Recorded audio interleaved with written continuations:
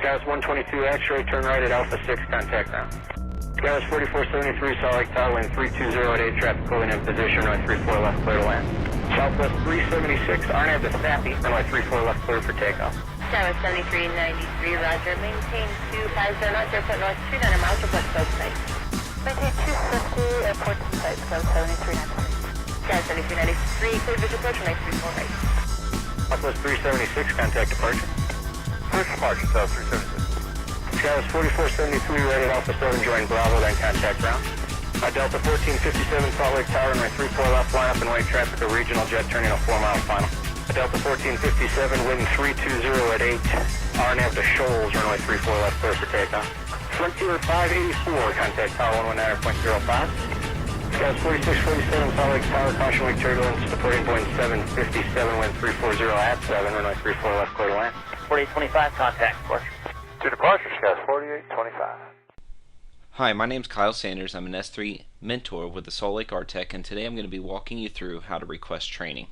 Please make sure that you're watching this video in high resolution by navigating to the bottom right hand corner of your video, clicking on the gear icon, and then selecting the highest number possible. Scroll down just a little bit and check for any updates in the video description. You can find the video description by selecting About and then Show More. There you will find the video description. Then you can navigate back up to the video, look in the bottom right hand corner of the video, and select the full screen button. There are some prerequisites you must complete prior to requesting training. First one being that you navigate to the VATSIM/PRC website, read and understand all of the following information here. That includes the user agreement and the code of conduct. The student will be tested on the knowledge of the user agreement and code of conduct on their initial training, regardless of their experience or rating. The next will be that the student must read and understand all of the SOPs and LOAs, standard operating procedures, and letters of agreement to the best of their ability.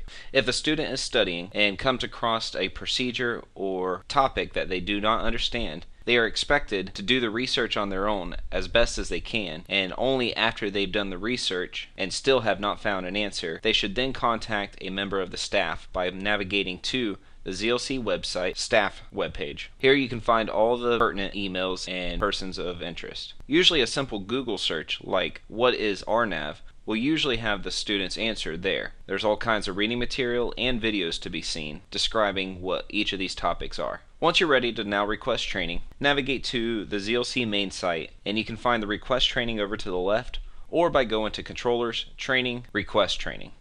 Within your welcome email to the Salt Lake RTEC, you should have received your login info for the Alpha Whiskey Training System website, that is AWTS. Your username or CID is your VATSIM controller ID or pilot ID, and then your password should have been provided to you in your welcome email. If that information has not been provided to you, you can then go to Forgot Your Password. Follow through with the steps in that. The email that it refers to will be the email that you signed up with VATSIM and VATUSA with. It'll then send you a token so that you can reset your password and log into AWTS. Please be sure to check your spam folder for this information. If a couple days have gone by and you still are not able to log in and you have not received that email, please contact our webmaster at webmaster@zlcrtech.com. You can also find his contact info by navigating to the ZLC RTEC website staff section. Alright, I'm going to give you an example of a request for training on the AWTS system. Log in as a student and it brings you to a calendar here. I'm going to make my request for 7 September 2013 and I want it to be at 4:00 p.m. Eastern Standard Time. That's going to be 2000 Zulu. All times here are to be selected in Zulu, regardless of local time. That tends to be tricky for some people. So say that I wanted to start my training at 2100, 9 p.m. Eastern Standard Time. Well, that's 1 o'clock in the morning the next day in Zulu time. So technically I would have to make my request for 01 Zulu on 8 September for me to get training on September 7th, 9 p.m. Eastern Standard Time. So let's go back to being a little bit more simple for the purpose of this tutorial. So if I want my training on 7 September, I need to go over to the left and click on the number 7. You then have to use the drop down menu to select a position. I'm going to say Salt Lake Delivery. My start time, remember this is in Zulu, so if I want it at 4 o'clock Eastern Standard Time, which is 1600, that is actually 2000 Zulu.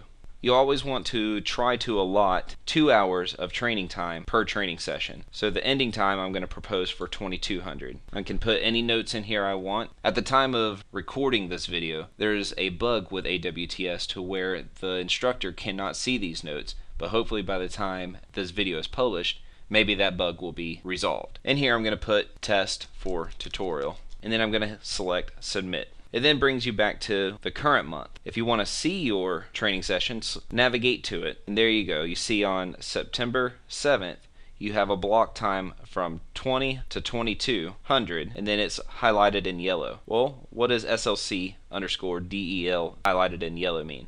If you scroll down to the bottom of the web page, you'll see that yellow means that you're pending, and then obviously SLC underscore DEL means Salt Lake delivery. That's the position you requested.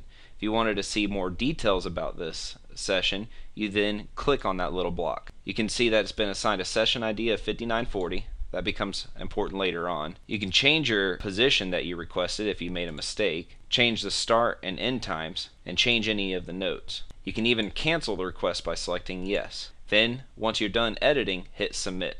Or you can select cancel session here, or confirm training session.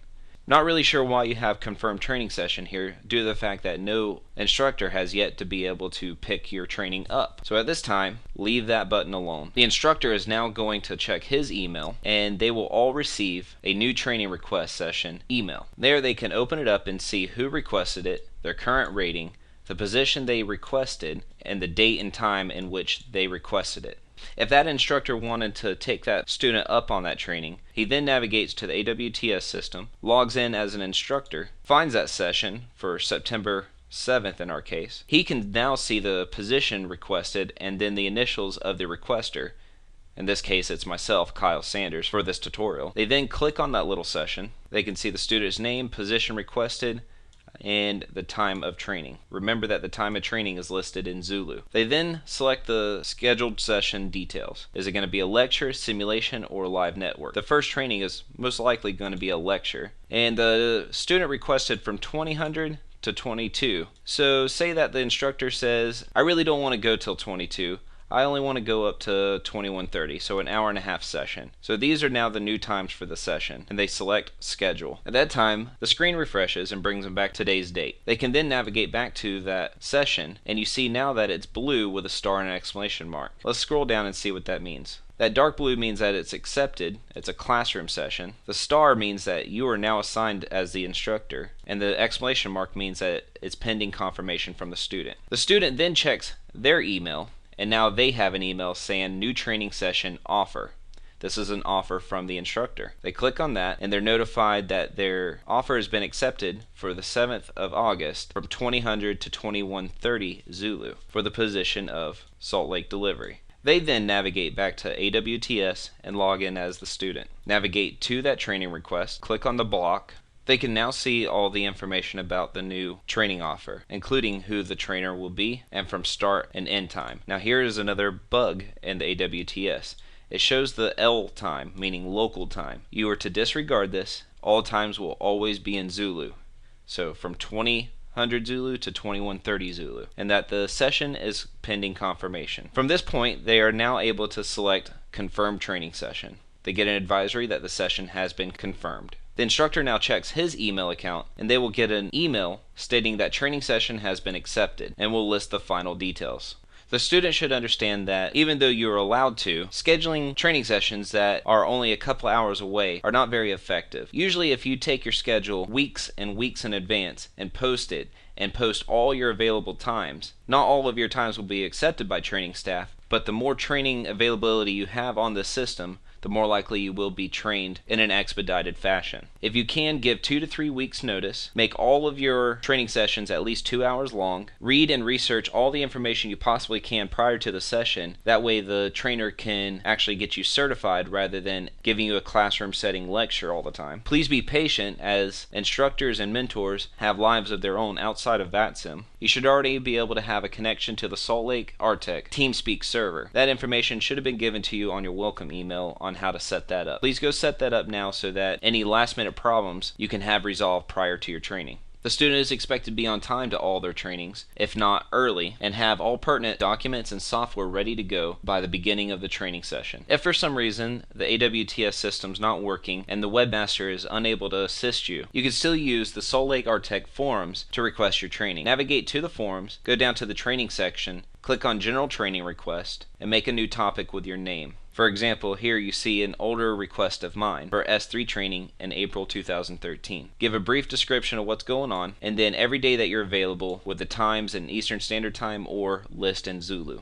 Below, you will be able to see all the requests from all the mentors and instructors that are willing to take you up on certain days. As they take you up on certain days, come back to this page, edit it, and then place some kind of advisory of who took you up on that training and what times. As you post the original post, be sure to click notify me when a reply is posted. That way it sends an email notifying you that there's been a reply to your request. Throughout your entire training session, the instructor or mentor would have been taking notes down for your performance and any ideas that he has for the next training session. This is because after your training session is complete, the instructor or mentor is then going to navigate back to the calendar, select on your training session, and mark it completed. At that time, they will then be able to add a training summary. Here they're going to list the duration of minutes. So say that it lasted a full 2 hours, 120 minutes. They can then revamp the type that it was. We're going to leave it as a classroom session. It was not an OTS, so it's going to be left as an NA. Scroll down. Then they're going to write some kind of summary for your training down here. Please ignore this first line here. This is just an advisory to let people know that I did this note only for this tutorial recording. The first thing they're going to write is the start time at 2000 Zulu, then the end time 2200 Zulu, the total amount of time the training was conducted, the syllabus sections covered. We're going to act like it was the S2 syllabus here. The strong points of the student, weak points of the student, any suggestions for the next trainer, student homework listed. These are the things that the student must do prior to the next training session, and then any recommendations for promotions or demotions for this student.